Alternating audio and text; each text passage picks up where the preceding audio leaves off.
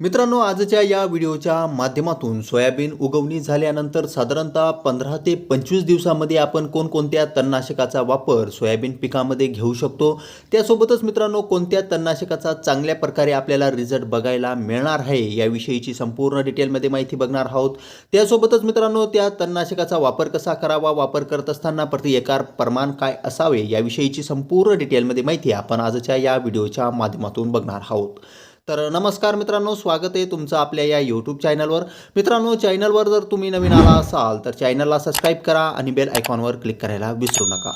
मित्रांनो, सोयाबीन पिकामध्ये दोन प्रकारे आपण तणनाशकाचा वापर करत असतो। साधारणतः मित्रांनो पहिला प्रकार म्हणजे सोयाबीन पेरणी झाल्यानंतर 48 तासाच्या आतमध्ये जे आपण फवारत असतो ते म्हणजे बीजनाशक। मित्रांनो, 48 तासाच्या आतमध्ये जर तुम्ही बीजनाशकाचा जर वापर केलेला नसेल तर अशा वेळेस तुम्ही सोयाबीन उगवणी झाल्यानंतर देखील 15 ते 25 दिवसाच्या आतमध्ये गवत 2 ते 4 पानाच्या अवस्थेमध्ये जर असेल तर अशा अवस्थेमध्ये तुम्ही सोयाबीन पिकामध्ये सोयाबीन उगवणी झाल्यानंतर तुम्ही तणनाशकाचा वापर हा करू शकतात। त्यामध्ये मित्रांनो नंबर 1 चं जे तणनाशक आहे जे तुम्ही सोयाबीन पिकामध्ये वापर करू शकतात ते म्हणजे मित्रांनो आयरिस।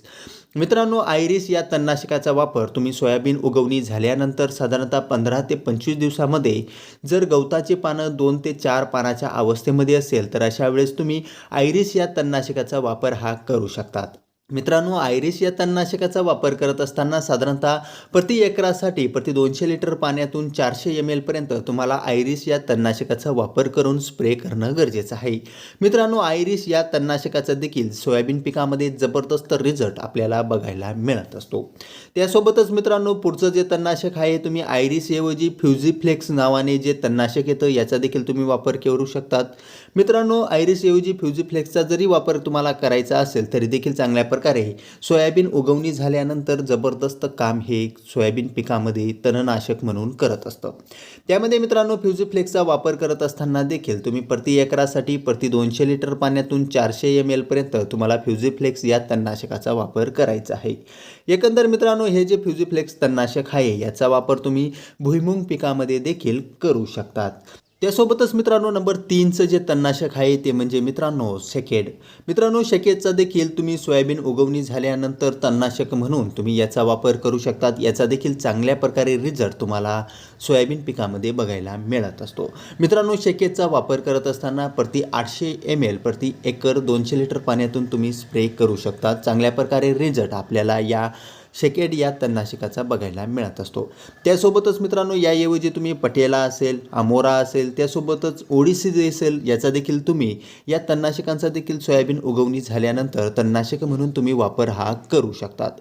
एकंदर मित्रांनो या व्हिडिओमध्ये जे 3-4 तणनाशकं सांगितली या 3-4 तणनाशकांपैकी कुठल्याही एकाच तणनाशकाचा या सोयाबीन पिकामध्ये स्प्रेसाठी तुम्हाला वापर करणं गरजेचं आहे। एकंदर मित्रांनो तुम्हाला ही जी तणनाशकं सांगितली यापैकी कुठलंही एक तणनाशक तुम्ही वापर करू शकतात। त्यासोबतच मित्रांनो चांगल्या प्रकारे रिझल्ट तुम्हाला सोयाबीन पिकामध्ये बघायला मिळणार आहे। एकंदर मित्रांनो ही जी तणनाशकं आहेत ही तणनाशकं वापर करत असताना साधारणतः जमिनीमध्ये पुरेसा ओलावा असणं गरजेचं आहे। ओलावा चांगला असेल तर चांगल्या प्रकारे रिझल्ट तुम्हाला सोयाबीन पिकामध्ये बघायला मिळणार आहे। कुठल्याही एकाच तणनाशकाचा तुम्ही वापर करू शकतात। एकंदर मित्रांनो हा व्हिडिओ तुम्हाला इन्फॉर्मेटिव्ह वाटला असेल तर चॅनलला सबस्क्राईब करा आणि बेल आयकॉनवर क्लिक करायला विसरू नका। मित्रांनो, या व्हिडिओबद्दल जर तुम्हाला काही शंका देखील असेल तुम्ही कमेंट बॉक्समध्ये विचारू शकता, तुम्हाला 100% उत्तर हे दिलं जाईल।